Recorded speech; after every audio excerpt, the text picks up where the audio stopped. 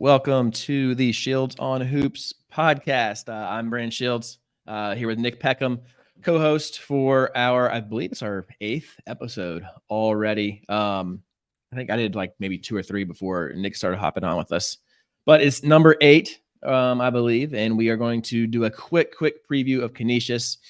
Canisius has not played yet, so we don't know a ton about them so far. A lot of speculation.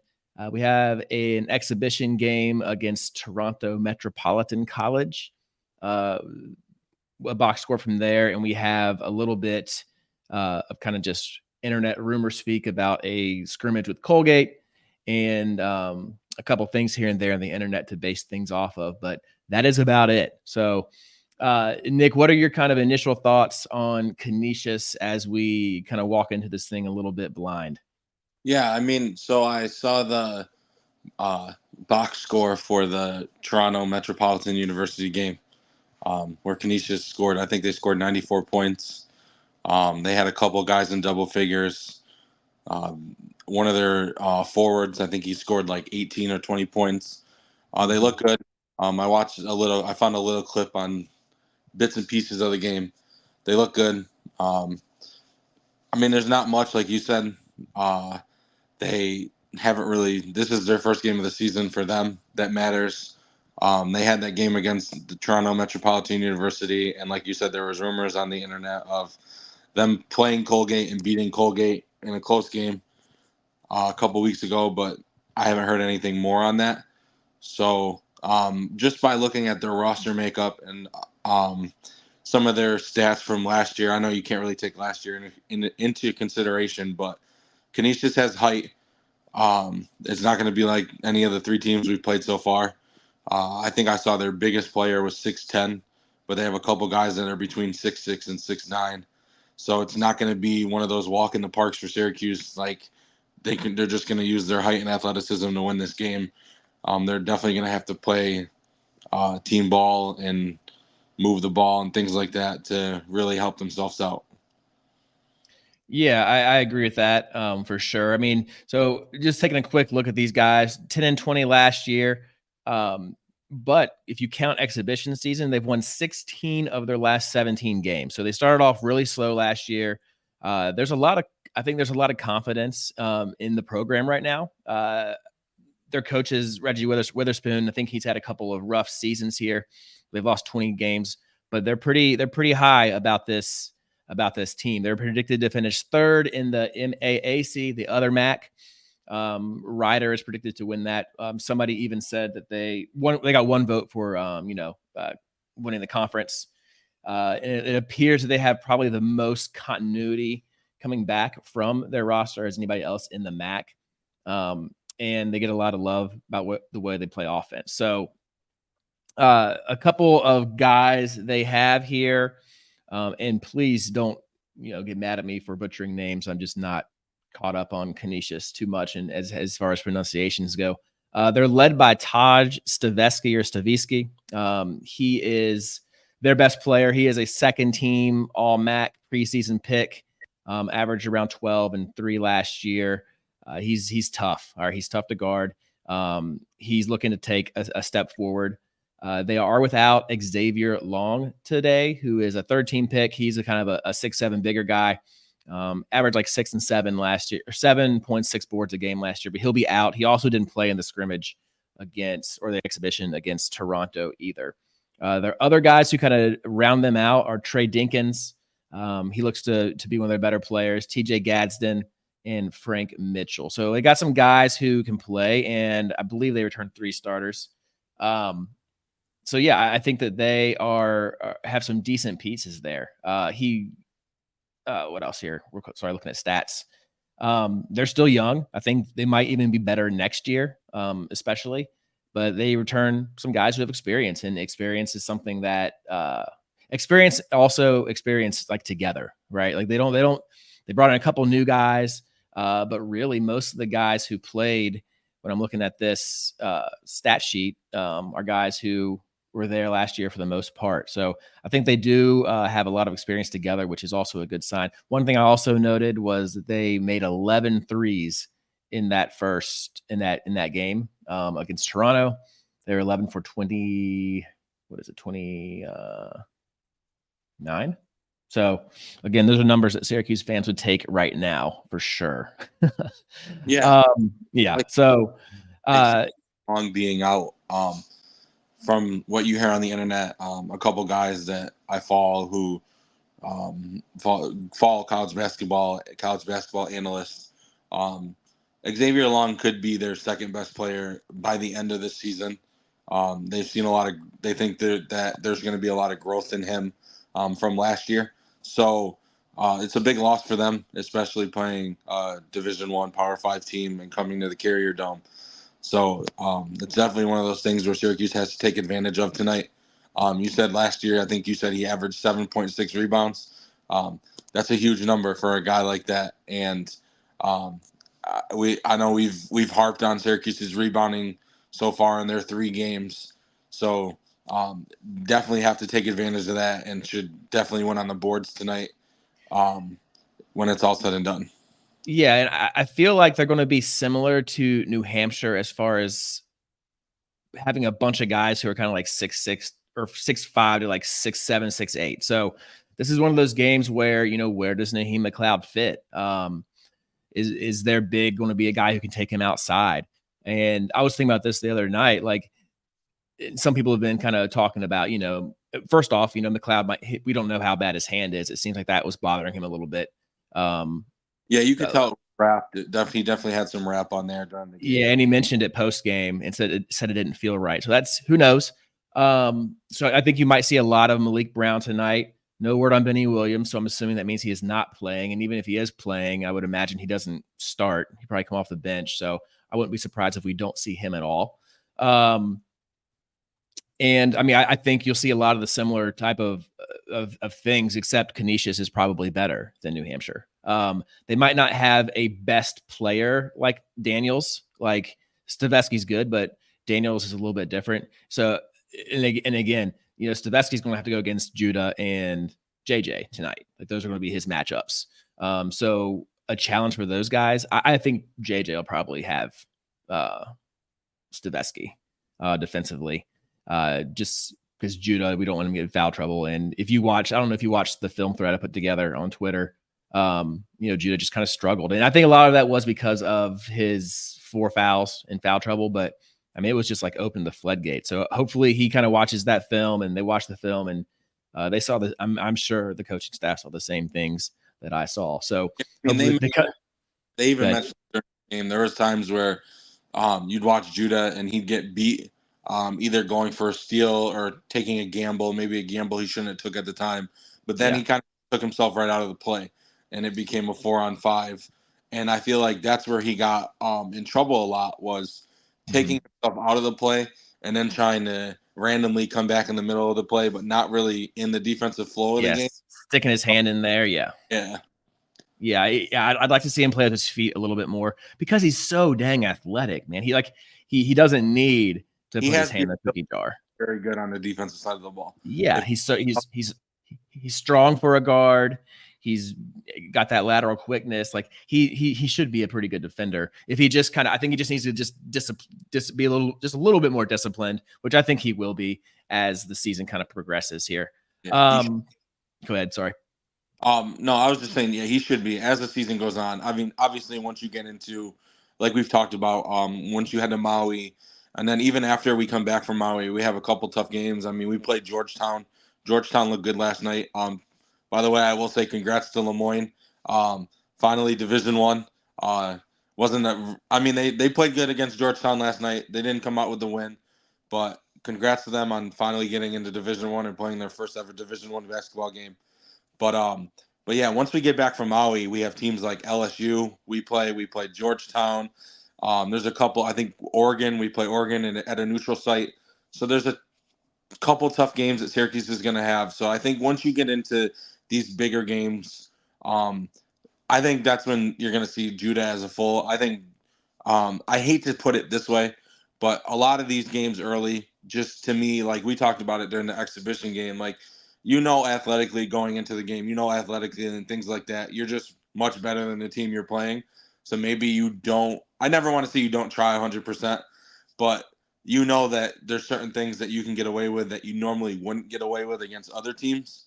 So Yeah. I think once we start playing bigger competition and things like that, and again, Judah didn't play in the first exhibition game, Mhm. so he really only played one game before the opening night on Monday night. So again, he's still getting his feet under him a little bit, and we have a lot of I won't say a lot of new players, but um, he has a new guard next to him. I mean, last year it was Judah as the lead guard with Joe next to him, and Joe really wasn't a guy who attacked much. He was kind of that shooter, things Mhm. like that. Now he has to learn how to play with a guy who has similar attributes to the way he plays. Yeah, for sure. I agree. Yeah, they got to figure out how they complement each other. So, I think we'll see progress with that for sure. A couple other things about Canisius, real quick. So, the other guys to watch for: Trey Dinkins had a couple of big games last year for them, but he just wasn't very consistent. Look for him to have a better role. And Bryce Okpo is long, and Frank Mitchell, who is not on any of my kind of scouting report stuff because he didn't play last year. He was ineligible, I believe. He's 6'8". He's a guy who he's 6'8", 240. So he's a Okay. guy who is going to do that. So last year, Canisius was last in the conference in points allowed in the paint. So um, that's why they went and grabbed a guy like that. So I think it'll be interesting to see how this roster looks. I I think you'd be foolish if you're Syracuse or a Syracuse fan base to walk into this thinking that, oh, Canisius was 10-20, they suck. Right? That I don't think this is a team that could play in the NCAA. This is a team capable of making the NCAA tournament. Like New Hampshire was not. Like they're not going to do it, right? Like Canisius has a chance in their conference to be a 14, 15 seed team once NCAA tournament play comes around. I mean, I believe it was Ryder. I can't remember who was second, but they're right there at third, and they have all conference guys coming back. And I think this will be a great. Obviously, Syracuse is a Power Five, and they have more talent. I think this will be a great kind of transition into that Colgate. I like how the schedule seems like it is progressively getting a little more challenging, right? So you got exhibition, you got New Hampshire, you got Canisius, which is going to be a little bit better. You got Colgate, which is a little more established as a program, and then you flow right into Maui. I kind of like the way the schedule kind of tears off like that. Yeah, for sure, for sure. One thing that I will say that I did notice in the second half of the New Hampshire game is when Syracuse plays teams that have stars like Clarence Daniels was for New Hampshire. You mentioned the one guy who's JJ is probably going to guard at least early in that game. Yeah. Syracuse has to point things out like that and not only lock down on the defensive end, but also attack these guys on the offensive end. And I noticed Mhm. when he got his fourth fall, they were kind of looking for who was on him. And I know like when he falled, I don't know if it was his fifth fall he picked up or his fourth one he picked up, but I noticed that Judah saw that Justin Taylor was on him, so he kind of set a pick and roll for him and swung the ball back to Justin, and Justin kind of had the advantage on him, so he took him to the hole and he picked up that fall.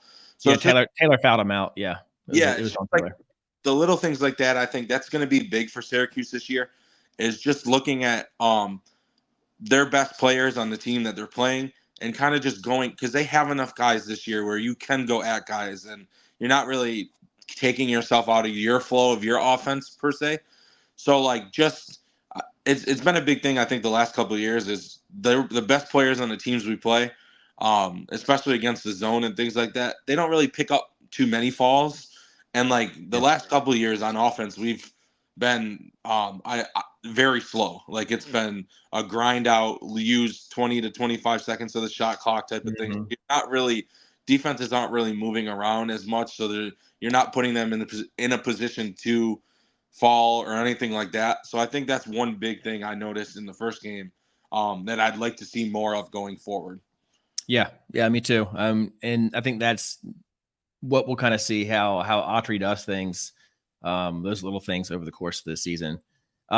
So a couple of good things. I'm just looking back at my the post I kind of made this morning. Good news for Syracuse. I said that we haven't lost a Canisius since 1975.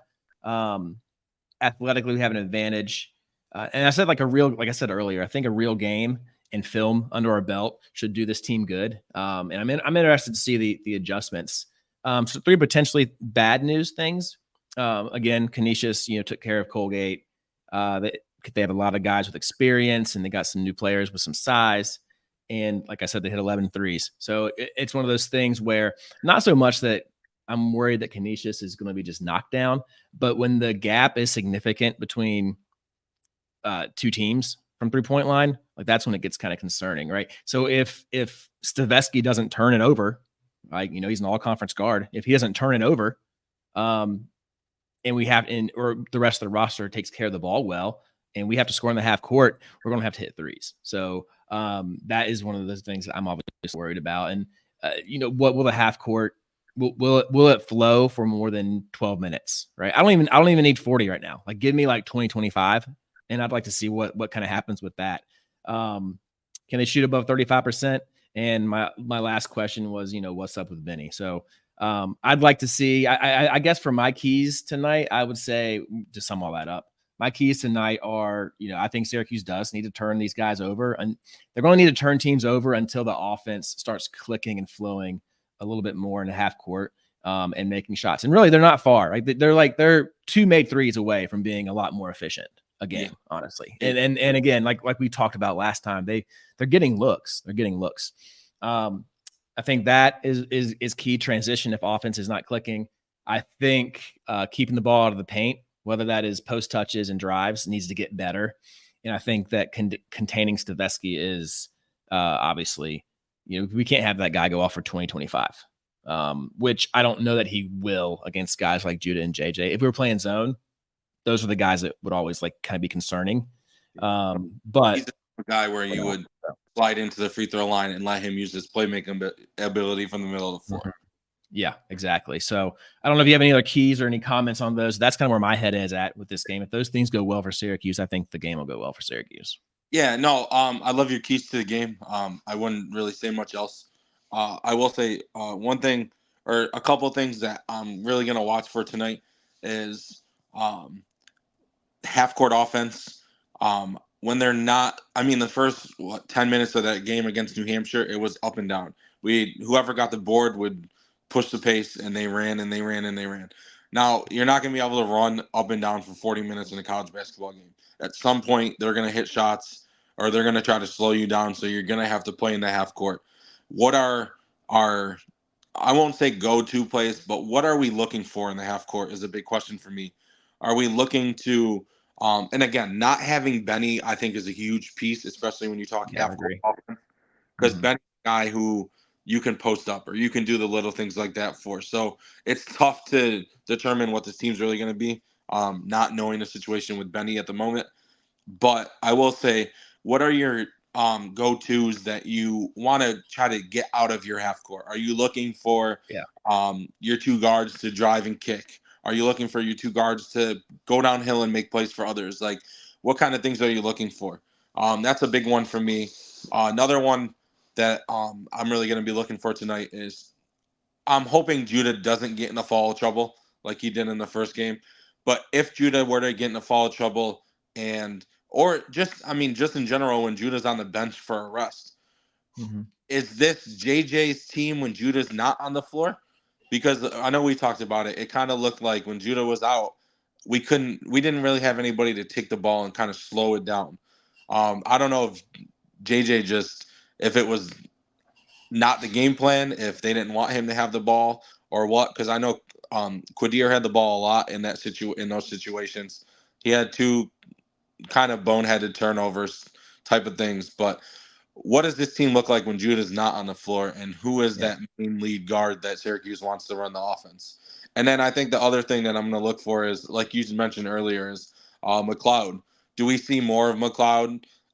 Was it more of his hand, why he didn't play a ton? Was it more of the size difference? Just things like that. Obviously, we've talked. He's going to be a huge part of this team moving forward, especially in Maui, and especially if we end up making the NCAA tournament. There's not many guys that are 7'4" in college basketball, so he's going to be a huge part of this team moving forward. Yeah. So looking at this Canisius box score, so Frank Mitchell didn't take a 3. So that's a good sign, right? Like it's a good sign that he's not a guy who's going to be out there firing away from behind the arc. So that might allow, Naheem to play a little bit more, and like not have to go out there. Like he had to go out there on Daniels, or it was going to be a 3 ball in your eye, right? So hopefully he can kind of step off a little bit on that. As far as defense, and maybe that gets him a little bit more a PT in this one. And yeah, I would also like to see just some intentionality on offense. You saw it in pieces on Monday. Letting Judah and JJ play from the elbow or like the mid post. I like that a lot. They kind of had that flare set where Taylor hit the and 1-3. They had the lob set for carry. So like I saw more kind of intentional designed sets than we have in the past. I'd like to see that when things start to get a little bit ugly or it gets a little chaotic, or like, the teams are on the opponent's on a 4 or 6-0 run, to just run like what is our bread and butter? Like it cannot be stand around, dribble, somebody make a play. Like it can't be that. Like now, if you're running your stuff and there are 7-8 seconds left in the shot clock, okay, yeah, like guys like Judah and JJ go get a bucket. But like it cannot be option 1, 22 seconds on the shot clock. Okay, pound, make a move, 4 out, 5 out, drive into gaps, bad situations, right? Like it has to be something that is a little more kind of, and I saw it against Damon and I saw it against St. Rose, like just like the ball moving, changing sides a lot more. They didn't seem to do that in the half court against New Hampshire, and I'm not really sure why.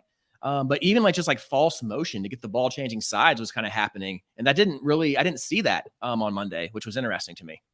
Yeah, I mean, one big thing that I noticed, especially um, in kind of in the second half when Judah was on the bench and they kind of made their run back and forth at us. One thing I did notice is, like you said, when we did play 4 out or 5 out, one thing that you have to do is you can't pass the ball and just stand in a spot, right? Yeah. You got to pass the ball and make a cut or go set a screen for somebody or do something, just a little thing like that. You can't pass the ball. Do anything. Yeah, stand in a spot and then Anything. like it's one thing, like you said, if you're late in the shot clock, right, and you give the ball to JJ or Judah, and you're like, go ISO 1-on-1 and get downhill and get to the rim. Maybe you'll get fouled, maybe not. We'll see what happens at the end of the day. But if there's 19, 20, 18 seconds on the shot clock, I don't want that. That we saw too much of that last year, and it hurt us, especially late in games. It definitely against good teams. Yeah, I mean, that's where you get in trouble. There's 2 games I'd go back to right now: the game at Miami and the game at home against North Carolina, where it was kind of Judah make a play, and one of them, I think both of them, they called a charge on him driving to the rim. Yeah. So you can't rely on just pound, attack, and making tough shots. Yeah, so like that eventually goes away. I'd like to see more flow. I would definitely like to see JJ kind of get himself involved in this offense a little bit more tonight. I know he finished with 10 points, so you're not extremely upset about shots, man. He's been getting shots. He shot double digits both games. He shot 13 shots on Monday. So he's getting some looks. So just kind of put yourself in there. And I think the big thing for Syracuse tonight is, I know we've preached on it. You mentioned it already, 3-point shooting. But and again, they're getting good looks. I won't say they're not getting good looks. They're just not falling. But let's try to get guys like Chris Bell and Justin Taylor going early. I'm going to assume that Benny's not playing tonight. So I'm assuming we'll see the same starting 5 with JJ, Judah, Chris, Justin, and McLeod, as long as McLeod's hand's healthy enough. So let's try to get those 2 guys going early. Let's not have it be a JJ Judah show early, and let's get the other guys involved. Let them feel like they're part of this offense. And then it's just going to make things easier at the end of the day for the guard. Yeah, JJ and Judah can, like I said, they can get theirs pretty much whenever they want, right? Like they can go get a shot. Guys like Bell, Bell can, Taylor can, but they do better, kind of catch and shoot from the jump. Although, Justin has looked pretty good off the bounce and making plays.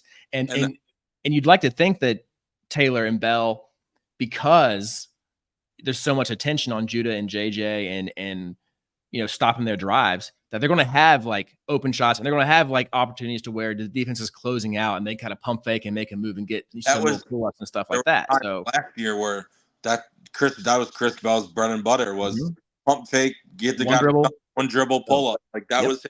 I mean, you mentioned it. He had a shot in the second half where he kind of dribbled baseline and pulled up, and he just missed it. But those were the shots that, as the year went on last year, he Those are started good to get more shots. and more comfortable with. We will take those. Like, and same thing with Taylor. We will take those shots. Those are good shots. That's better than flinging something up at the rim. Like, and again, like you got to think cumulative and long term. Like right now, like instead of worrying about are all the shots going down, like are they good shots?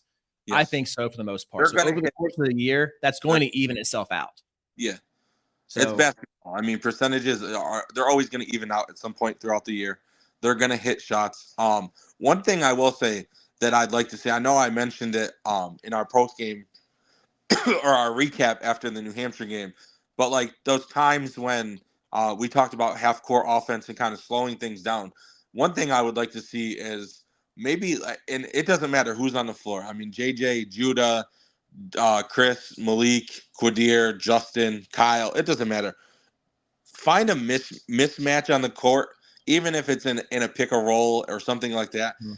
Try to post one of these guys up. And I'm not saying they have to do a post move spin and try to finish, but get a Malik Brown on a guard and throw him the ball so where the defense has to nudge a little bit towards him, so then it opens things up for everybody else, especially half court when you're trying to slow things down a little bit. Because there's times where like you're gonna have guys guard JJ or Judah where they just have the height advantage. I mean, well, how many teams pull out guards that are 6'6" and 6'5" as their starting two guards? There's not many teams. And I know in the New Hampshire game they kind of posted up Judah a little bit against their point guard. And that's when they were yapping back and forth at each other. But it's just like the little things. Like find easy ways to help everybody else on your team out. Yeah, and I think I think that'll come as the season progresses for sure. And yeah, I mean, if we see it, I'm sure the coaching staff sees it. So those are good things. So yeah, 100% with you on that. All right, so let's make some picks. All right, right now I'm 2-0 in the year. You're 0-2 on the picks. Yes, Monday was what I picked the over. You picked under for the points and over for the over under. So the line was 17. I think it was 17 and a half when we were talking. It ended up being like 16 and a half or 7 when we talked. And and New Hampshire kept it closer. And then I chose over for points and 141. A lot of points scored. All right. So today, right now, as we speak, I believe it is 13 and a half Syracuse. And the over under is 151 and a half or 151.5. What's your over under 13 and a half? What do you think? That's tough. 13 and that's like one of those numbers where you would expect a game like this, you'd expect Syracuse to cover the 13 and a half. Ken Palm predicts 80-69. 80-69. So that's 11. I'm going to go 13 and a half. You know what? I'm going to take the over on the 13 and a half, but I'm going to take the under on the 151. We're going opposite again, man. Look at this. I'm taking Canisius keeps it under 13. I think Syracuse wins by 10 or 11. And I think that there will be points abound tonight. I think there will be a lot of points. The biggest thing, you mentioned it, is games like this. If let's say Canisius shoots 11 of 29 from 3, and Syracuse shoots, I think, what did they shoot? 5 of 24, 5 of 23 in their first game, whatever it was. So 21. like even right there, right? That's 6. So you're talking that's an 18-point difference on just 3-pointers in Canisius play. And those are the little things that you see that keep teams in games that really, I won't say shouldn't be in games, but I know we talked about it Monday night after we got off. James Madison University ended up going into Michigan State and beating number 4 Michigan State in overtime. But it was little things like that where they outscored them from the 3-point line and the hustle play, the 50-50 balls. So like things like that are what keeps teams in games. I don't know if Syracuse is their 3-point percentage. I don't know if it's going to break out tonight. They are getting good looks. I do think eventually they'll start hitting these more and more as the season goes on. But I feel like even though they won Monday night, a lot of the comments you heard from the players after the game, they were kind of disappointed in the way things went in the second half. I see a team be more locked in. definitely tonight. I know at the end of the day, Judah put up good numbers, but I know we talked about it. Judah forced things on both ends of the floor a lot. I think he slows down.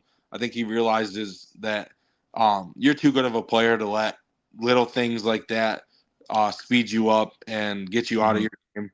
So I just think they play a more complete game tonight than they did Monday night. I will be in attendance. Not that that means anything, but I will be there tonight to see them. Well, So seeing it live is a different vibe, man. You'll be able to get a different vibe on them for sure.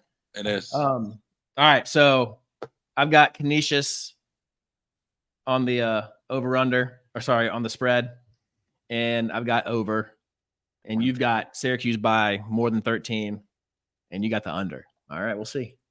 We'll see. And one thing before we sign off here, congrats to Syracuse women. They won their first game last night. They looked very good, very good. They had, I think they had 4 or 5 players in double figures. They had 3 players that had a double double. They had one of their freshman bigs recorded a double double in her first game at Syracuse. She had the 17 and 11. So they definitely looked the part.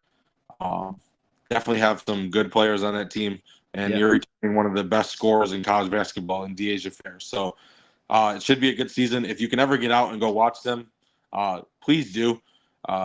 Tickets are very cheap. I know they play at weird times. Like they their exhibition games was Halloween night at 5 o'clock. I know it's tough when you have kids, Brutal. but if you can ever get out and watch them, please do. They should have a very special season at Syracuse, especially the women's team. Awesome. Good stuff. Absolutely. And I think what soccer plays tonight, right? Yes. Is it Don't tonight or tomorrow night? ACC semis, is it tonight? I know they play North Carolina at home. Yeah, I don't I think it's tonight or tomorrow night. I thought it was tomorrow night, but it could be maybe tonight. it is. I Maybe think it they is. tried to do it so they didn't have both at the I same think time. I think it's tonight, man. Is it? I think so, yeah. They had a crazy Yeah. Tonight game at against 6. so Yeah, it's tonight at 6. So Syracuse is the 6th seed, Carolina's the 7th. Louisville is at Clemson. Louisville's the 9th seed and Clemson's the 4th seed. And the championship will be in North Carolina on Sunday, where they won the ship last year. So yeah, I mean, I'm they sure are the second best as the 6th seed. They're the second highest ranked team left. So they haven't had the year I think everybody thought they would. I think that they thought they'd be better. They lost a lot from last year, but I will say if you're going to the game tonight and you get there early, I'm sure they'll have it on the big screen before tip off. Yeah. And at like 5:30, so they'll probably have it on the big screen before they tip off at 7. So if you're there, you can watch it. But go Syracuse soccer, and Let's just win everything. For a basketball game tonight. Let's just win everything. All right. All right, that's it from us, guys. If you have anything, go ahead, leave comments, like, subscribe, do all those things. We appreciate all the support, and hope you enjoyed this preview of Canisius. We'll try and bring you a breakdown either tomorrow or either tonight or early tomorrow as well. And then the Orange have 6 days off before they host the mighty Raiders of Colgate on Tuesday night in the Dome. And then it is time to get tropical and head to Maui. So that's it from us. On behalf of Nick Peckham, thanks for checking in, and we will see you guys next time.